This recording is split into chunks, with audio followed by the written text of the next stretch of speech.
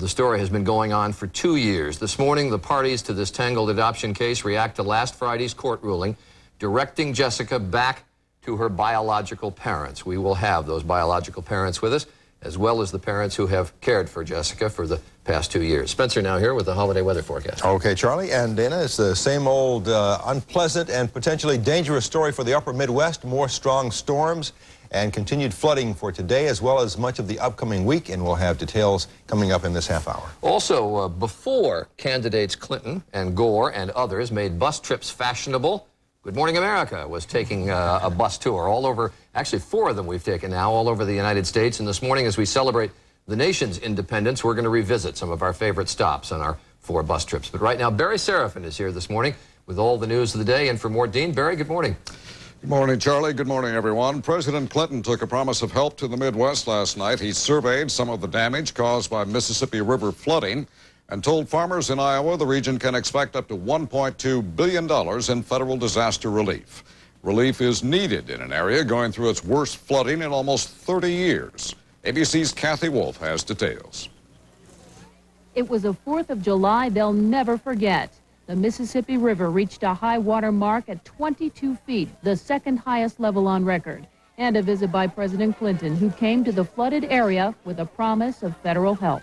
It'll be at least 2 weeks before the water recedes, and only then can a damage assessment begin. But people here seem determined not to get discouraged and to somehow celebrate the holiday.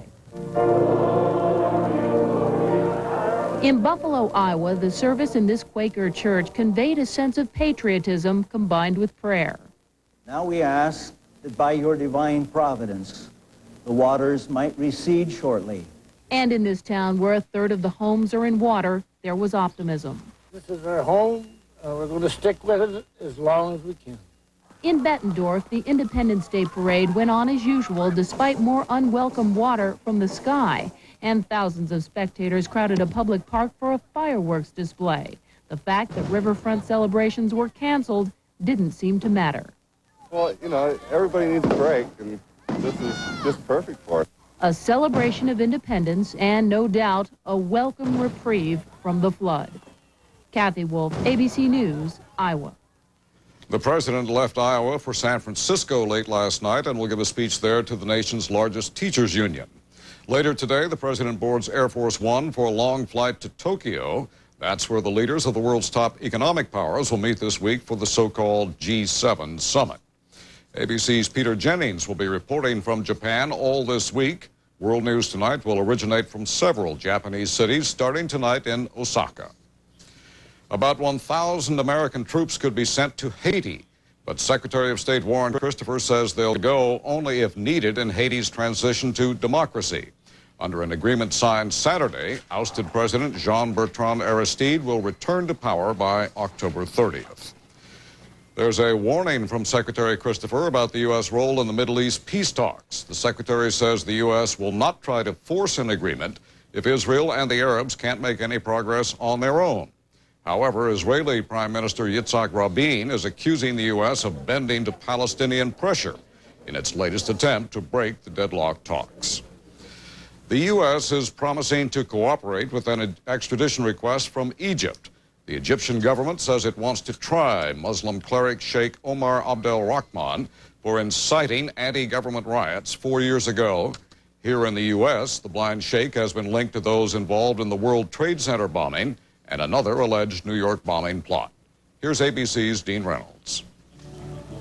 Sheikh Abdul Rahman may be big news in America, but Egypt's evening newscast Sunday night did not even mention him. Nothing was said of the government's decision to request his extradition from the United States, a sign of just how edgy Egypt is about the domestic reaction here. The sheikh has called openly for the overthrow of Egypt's government and has been acquitted 3 times in previous court cases alleging he was guilty of incitement. While the United States seems eager to be rid of Abdul Rahman, the sheikh's extradition is not certain.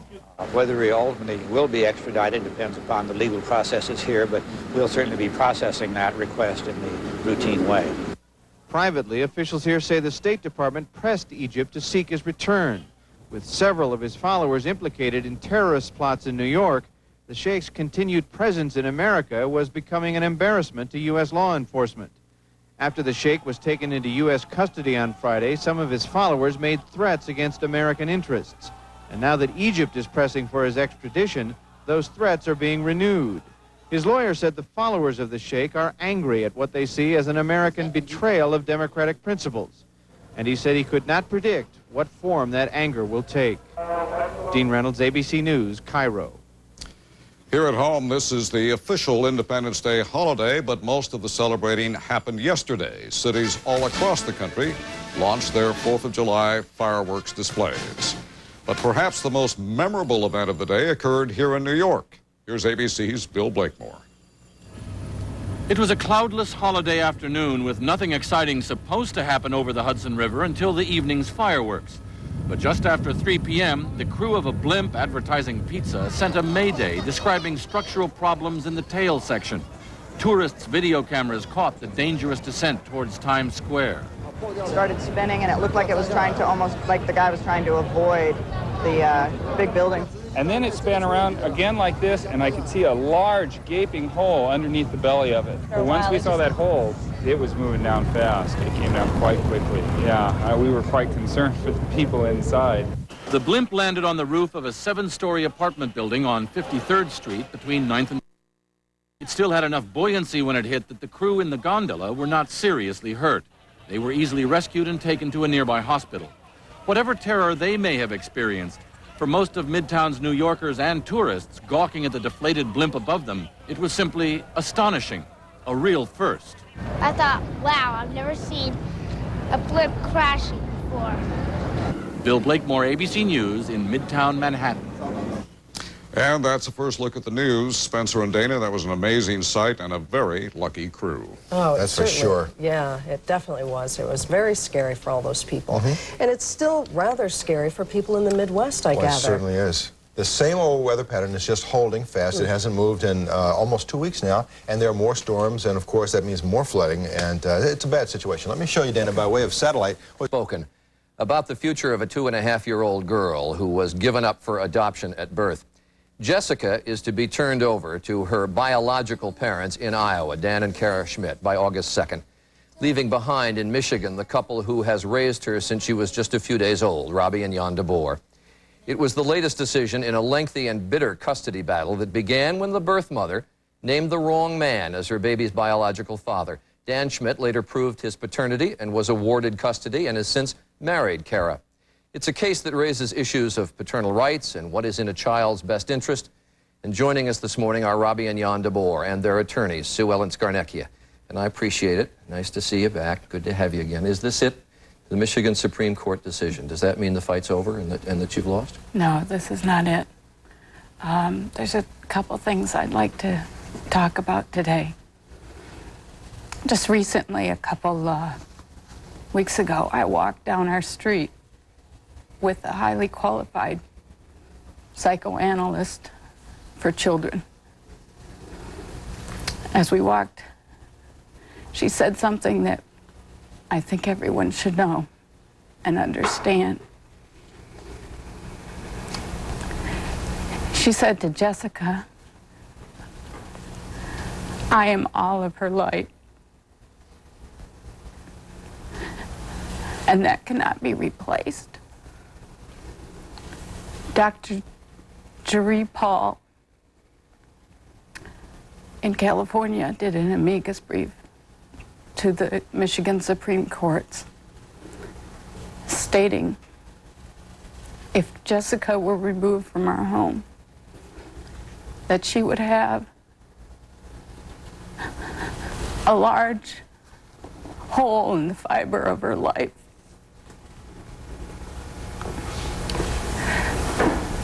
With all the therapists we have talked to, there will be no one who will be able to replace those fibers. We've asked the Schmidts via several discussions with therapists the best way to help Jessica, since no one will be able to repair that hole, is to have her have some monitoring through the therapists that have seen her to help her, since they cannot repair the hole, to come along and monitor her for the rest of her life to make her understand what that hole is all about. So you want the therapist that you have worked with, Jan, you want the therapist that you've worked with to continue to monitor how she does when she gets to the Schmitz. But I started by asking Robbie, is this it? And she said, no, it's not it. And yet she talks about what sounds as if you've decided that this is going to happen and that you're going to have to turn her over to the Schmitz. Yeah, it sounds like it will be the end, but we're still going to appeal to the Michigan Supreme Court for a stay so we can, so we're allowed to keep Jessie for the interim until the U.S. Supreme Court gives us a stay and a chance to hear the case, if they will hear it or not. Is there much hope, Sue Ellen? There's never a whole lot of hope for anyone when they appeal to the U.S. Supreme Court, because the court takes very few cases. This is a case, though, that is so outrageous in terms of ignoring the rights of a child that we believe there is some hope that the court would be interested in it and would want to decide whether or not this child's rights have been violated. What's the constitutional issue on which you'll... There are two constitutional issues. One is whether or not these people, the DeBoers, have any constitutional right to raise the interests of a child they have raised. But probably the more significant one is whether the child has the right to have her best interests considered before her life is shattered by this kind of decision. If they took this case, it would break new ground, though, right? There's no precedent on this that works in their favor. There is no precedent except decisions by the Supreme Court that say, we think there might be a right in a child for this, but we're not going to decide it today. We want them to take this case and make this decision. The last time we talked, I asked you if you wanted visitation rights if it came to pass that you had to turn Jessica over to the Schmitz. And you said no, you didn't, that you didn't think it would be in her best interest to see you again if you turned her over. Do you still feel that way? From what I have heard, it's not a good idea for us to see her and keep re-tearing open the wounds. But I do want to ask everyone, we are not giving up. We are going next Saturday to Washington, D.C., to the steps of the U.S. Supreme Court at 12 o'clock noon, and I ask everyone and anyone who can to be there and not give up on Jessica, not give up on her constitutional rights, not let Michigan's theory of the 1930 case histories that they pulled up for their examples to stand in the way of children for the rest of Jessica's life. Jan and Robbie DeBoer, you okay? Thanks for being here. Sue Ellen, thank you. We're going to turn to the other side of the custody battle. We're going to take a commercial break, then hear from the biological parents when Good Morning America continues. Your meals. And now for the part of your travel planning none of us likes to think too much about, crime on the road. Do you expect to travel to Michigan at all between the time that you've been this 30, 40-day period? We hope to. I'm ready to go today. We plan on going there and having her stay, and I'll go down on the weekends, but we'd also like to maybe have the DeBoers come to Iowa and bring Jessica with them so she can see where she's going to be moving before we actually bring her here and meet some of the family, so it won't be a total surprise to her. How are you? We need to make the transition quickly and as smoothly as possible. We need cooperation from everyone. Now that it's over, at least to this point, how are you feeling? Was it surprise at all on your behalf? It wasn't a surprise that the way the ruling came down. We've known all along that that Michigan didn't have jurisdiction, and we were pretty sure they would rule that way. We just weren't exactly expecting it on Friday, but we're glad it came when it did. You know, considering all the emotion that's been attached to this case, are you feeling at all victorious? Can you feel victorious knowing what's gone on? Well, it's not really a victory for Kara and Dan. It's a victory for all children and families in the world. It's not a victory for me and Kara. Yes, it is. It's a worldwide victory for children and families. The DeBoers have talked about what their psychologists tell them will be a hole in Jessica's life, and a hole that is irreparable. And they would like her to be monitored by a psychologist for her lifetime, or some portion of it. Are you at all open to that? We'll have to discuss that, you know, between ourselves and that. I think when she's home, as we're her parents, I think it'll be up to us to make the decisions, and whatever our therapist here says would be good for her. So you will give it some thought? Oh, for Well, sure. definitely. We love her with all our hearts. We aren't going to ignore any of her needs, emotional, physical, or spiritual. It's like we've said all along, we'll do whatever it takes to make her, help her adjust, and whatever is the best for her. The DeBoers have made an indelible imprint on Jessica's life, being her custodial parents for the last 2 years. How is it going to feel for you when this little 2-year-old comes into your home and says, "You're not my mom, you're not my dad, I don't know you"? How are you going to work through that? With a lot of patience and love and care. But still, there feel will be more- moments in a temperamental child's life when she has that temper tantrum and throws it back in your face. We'll have to deal with it at that time, the best that we know how and the best that we can. All right. Marion? We're not scared of it. Let me ask Marion the next step. The DeBoers want this to go all the way to the Supreme Court.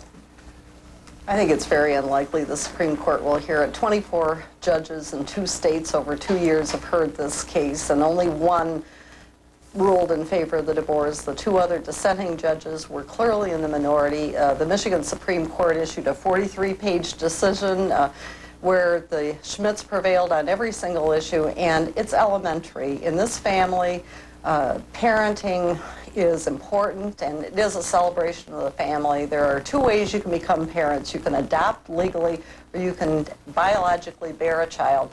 The DeBoers are neither. They've never been adoptive parents. They could not finalize their adoption petition, and for them to terrorize this entire country as a result of this case is cruel and manipulative. This is a celebration of the family, and the Michigan Supreme Court includes adoptive families in that. Well, we appreciate you being with us. Thank you. Thank you. We'll be right back. If you're ever in Spain, you can walk down any street and find hundreds of bus trips as we've had a chance to travel around the country, and I think you're going to enjoy sort of reliving those bus trips, the 4 trips that we've made. Right now, though, let's go to Barry Seraphin, who's in this morning for Morton Dean with the news. Bear? Thanks, Charlie. President Clinton caps a busy holiday weekend with a speech in San Francisco today. He's addressing the country's largest teachers union before heading across the Pacific to Tokyo. Starting Wednesday, Mr. Clinton and the leaders of the 6 other richest nations will hold their annual economic summit. Yesterday, the president got a first-hand look at some of the flooding that has damaged towns and cities along the upper Mississippi River. He said it was as bad as it gets. Mr. Clinton met last night with some Iowa farmers and promised up to $1.2 billion in federal disaster aid for the 5-state flood region. Earlier, the president was in Philadelphia for a ceremony honoring South African President F.W. de Klerk and black leader Nelson Mandela for their efforts to end apartheid.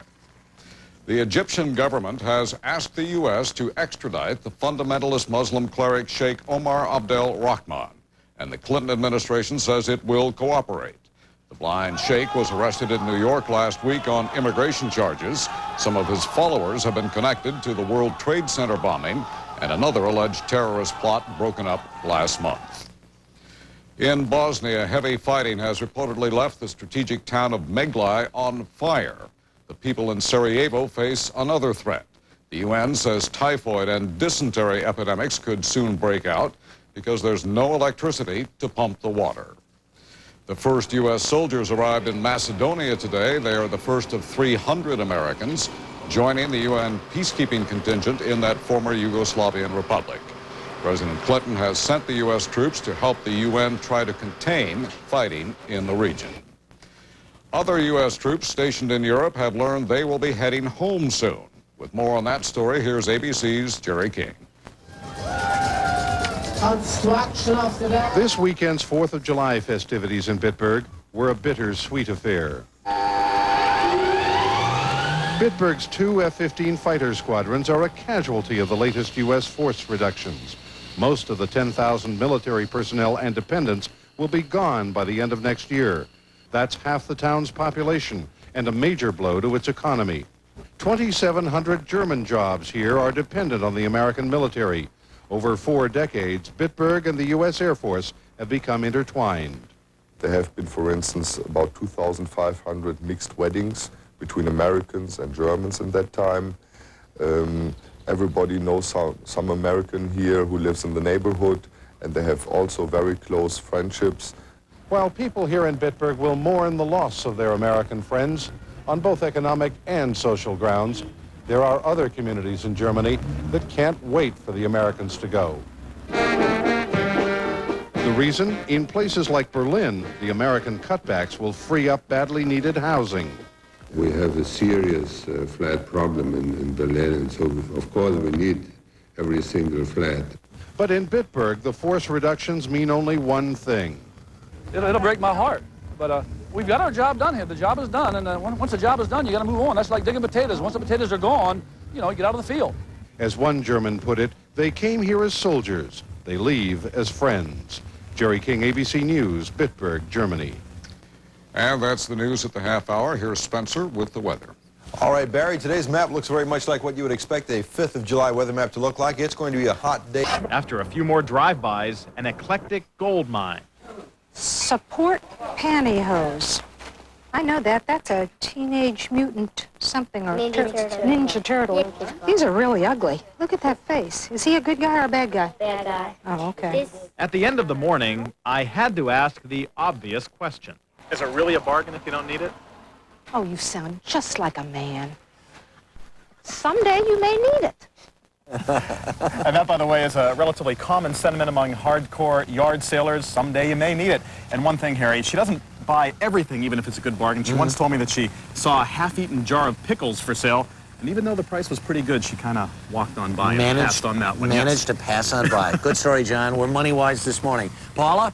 Thanks, Harry. Thanks, John. We're looking at just about 24 minutes before the hour. Stay with us and see what's so hot about those ice-cold sports drinks and whether you should buy them at all. Plus, lots more coming up from Central Park this morning. We'll be back.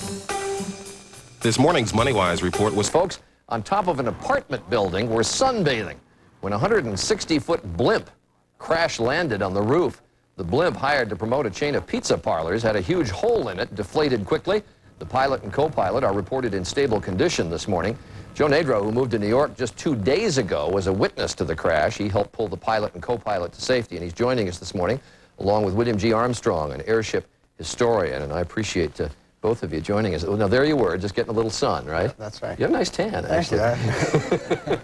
And did you see this thing coming at you? Actually, me and a friend were up on the roof, and she, in fact, noticed that it was deflating and heading in our general direction. We didn't think it would ever reach us, but...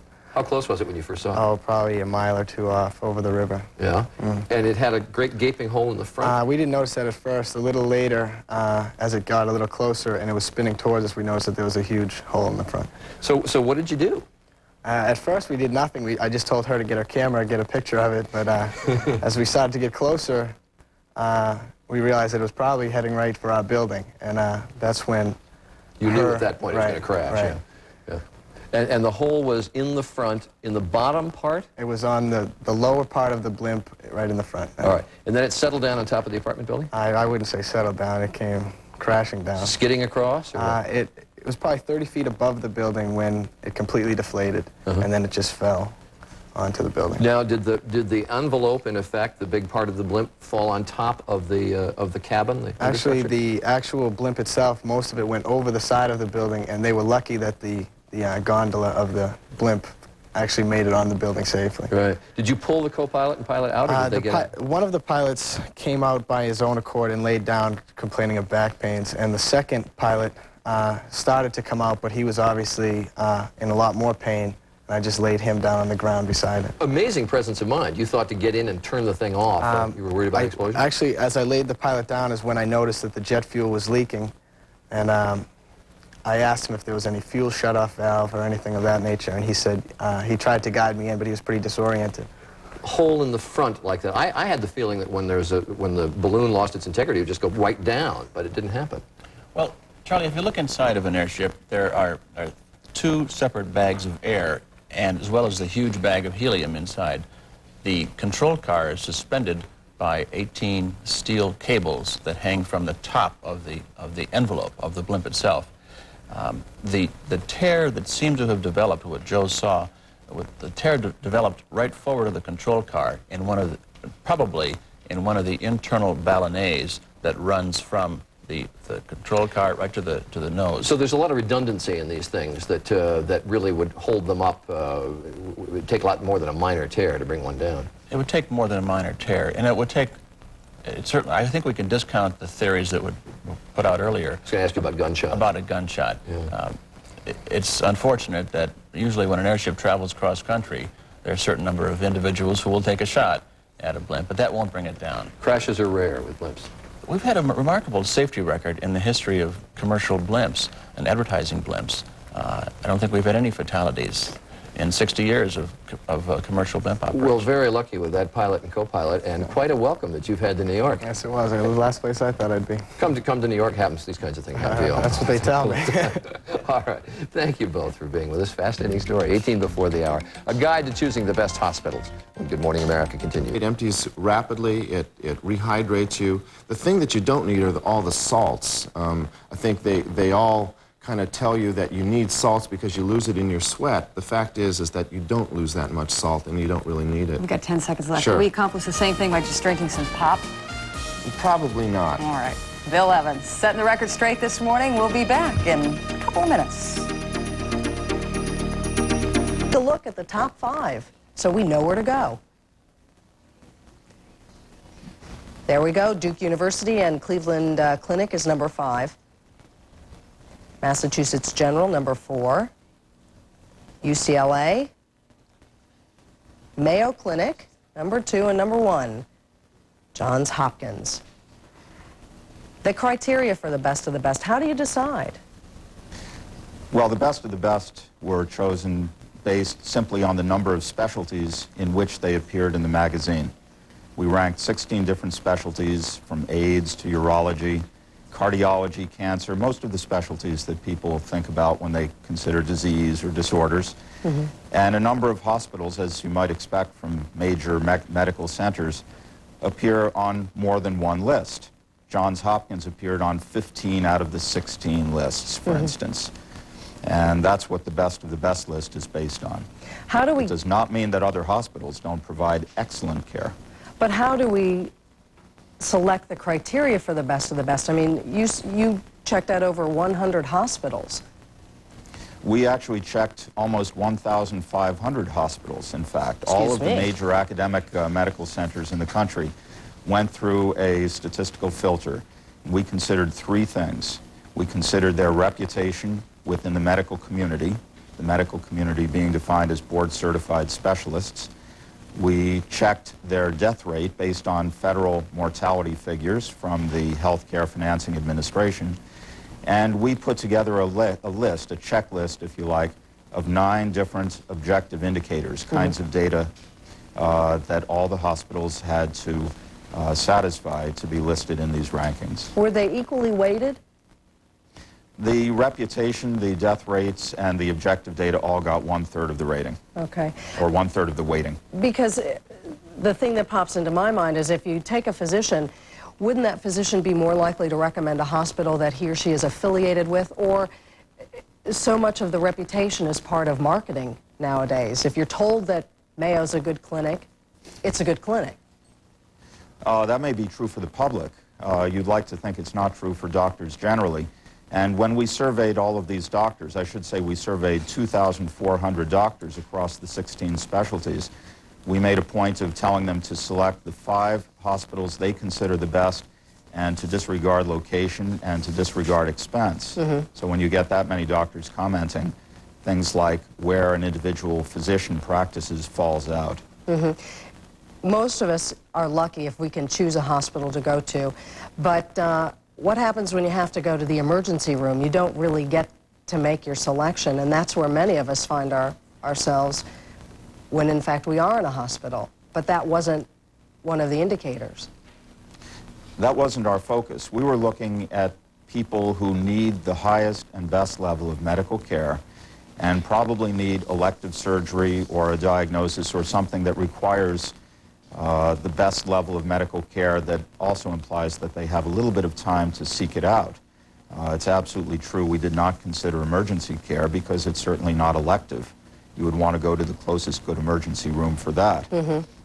It's not the sort of criterion that we can measure for a best hospitals list like this. We deliberately looked at what are called tertiary care facilities, academic medical centers. In a word, should we worry about the hospitals that are on the bottom of the list?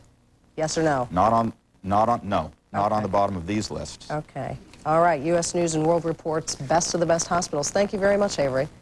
You're welcome. All right, when we come back, we're going to hop on the bus and head off to the nation's neon capital, Las Vegas, when Good Morning America continues. Traveling the old-fashioned way by bus. Throughout this morning's program, we're going to share highlights from our bus trips, beginning with last November's tour of the American Southwest, where science editor Michael Gillen was turned on by the bright lights of Las Vegas. Try to get as close to 21 as you can without going over.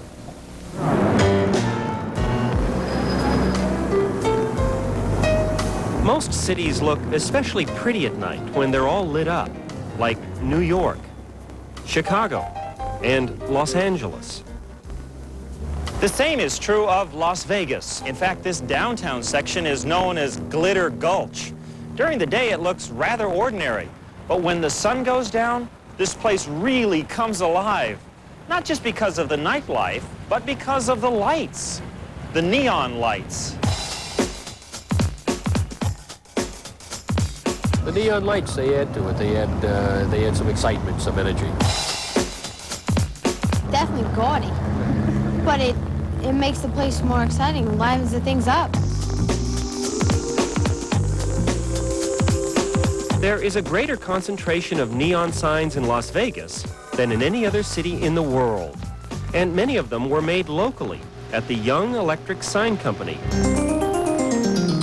Neon lights are a colorful combination of art and science, the invention of a French physicist 80 years ago.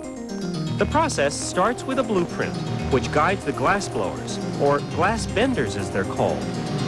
After a glass tube is bent, its insides are sterilized with a zap of high voltage. Next, the air is sucked out of the tube and replaced with a special gas. The most critical part is the pumping stage. You have to get all the impurities out of the tube and make sure to hold to an exact vacuum. When the tube is hooked up to electricity, neon gas produces a reddish-orange light. Argon gas produces a blue light, and sodium gas produces a bright yellow light. There are many different gases, but no matter which one is used, the result, out of habit, is always called a neon light. Here's how you can create even more colors. For example, this clear glass tube is filled with ordinary blue argon gas. And so are these tubes, except that this one is made out of yellow glass, and this one here is coated on the inside with a special chemical called a phosphor. Now, watch what happens when I plug them both in. Now, as you can see, because of the special tubing, the blue argon gas comes out looking apple green and coral pink. Las Vegas showcases some of the flashiest signs in the world. The Flamingo Hilton, for example, paid $2 million for its neon signs. Altogether, if the neon tubing was straightened out, it would stretch for more than 2 miles. The Sahara Hotel, on the other hand, boasts the world's tallest neon sign. It consumes enough electricity to power 50 homes and contains a mile worth of tubing. And then there's the Rio Hotel. It's a perfect example of how neon signs are being animated by computer chips. Just the whole pizzazz of the display was tremendous. In fact, we even won an award for that one. Unlike Las Vegas performers, neon signs never die. In other words, the gas inside the tube can burn forever. Even at the neon graveyard, some of these signs are destined to be recycled to make a comeback, where they will once again light up the sky and dazzle the tourists. Las Vegas, Nevada does make an imprint on the eye. We'll be back. Next up on our bus tour this morning, a trip through the great American heartland. Any control over it, but it definitely looked like they were aiming for the roof. How about noises? What did you hear? Nothing. It was complete silence. Emergency rescue crews removed the pilot and co-pilot from the roof, saying it was remarkable that they'd survived. The way the gondola settled, they were more or less in an upside-down position. They remained alert. They tried to get out almost immediately. They opened up the door on their own power. Right after their removal, a tearful mother rushed over, anxious to get in the building. My baby's in there. It's covering our windows. I just want to get her out. Moments later, her 21-month-old baby girl, just recovering from surgery for a brain tumor, was taken from the building, suffering from heat exhaustion. EMS workers say the pilot and co-pilot were incredibly composed as rescue crews rushed to the rooftop, battling heat and fumes to get the two men out. They were very concerned about the rescuers operating around them. That's quite unusual for them to be that concerned under conditions like that when their lives were... Sounds like aviation professionals. In New York City, Lisa Castleman for CBS News.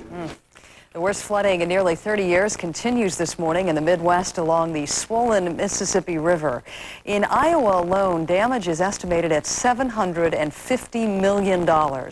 Vicki Mabry joins us from Eldridge, Iowa with the latest. I hear they're cooking up quite a storm there now. Good morning. Good morning, Paula. It has stormed all night. Farmers here cannot get any relief from the rain. President Clinton was here last night to survey the crop damage and to hold one of those town meetings that he's so fond of. While he was here, he pledged to help farmers with $1 billion in aid. I'm going to ask Congress on an emergency basis to provide some additional funding. The president told the 70 invited farmers he's already signed an order freeing $100 million in disaster aid and has another bill for an additional $297 million on his desk.